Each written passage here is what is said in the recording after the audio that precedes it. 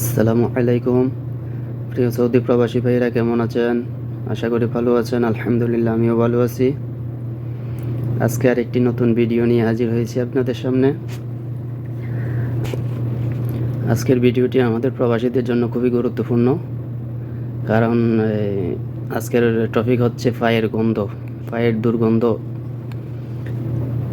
পায়ের দুর্গন্ধের কারণে আশেপাশের মানুষ যখন বিরক্তি প্রকাশ করে তখন আমরা খুবই লজ্জিত হই। এটা একমাত্র আমরা প্রবাসীরাই বেশি জানি, এবং এই পরিস্থিতিতে আমরা বেশিরভাগ প্রবাসীরাই পড়ি, কারণ আমরা সবসময় ডিউটি করার কারণে পায়ে সবসময় মোজা থাকে, ক্যাচ থাকে বেশিরভাগ সময়, এজন্য পায়ে খুব দুর্গন্ধ হয়ে যায়। আজকে আপনাদেরকে দেখাবো পায়ের দুর্গন্ধ দূর করার জন্য কি ব্যবহার করবেন এবং কিভাবে ব্যবহার করবেন। এই যে দেখেন, এটা একটা পাউডার, যে লেখা আছে এটার মধ্যে ফুড পাউডার লেখা আছে। এগুলা পায়ের দুর্গন্ধ দূর করার জন্য খুবই কার্যকরী। এটার প্রাইস হচ্ছে 15 রিয়াল। এটা মেড ইন থাইল্যান্ড। আরও আছে পাউডার দেখাচ্ছি।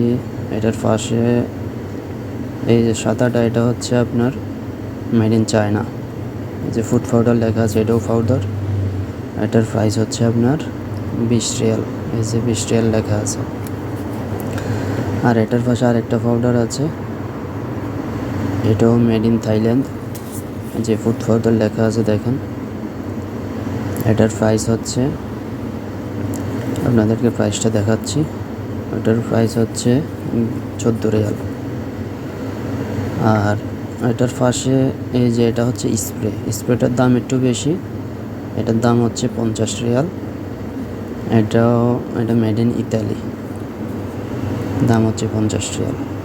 তো এই পাউডারগুলো ব্যবহার করবেন আপনার মোজা যখন পরবেন তখন পায়ে পাউডারগুলো দিবেন এবং জুতার মধ্যে দিবেন।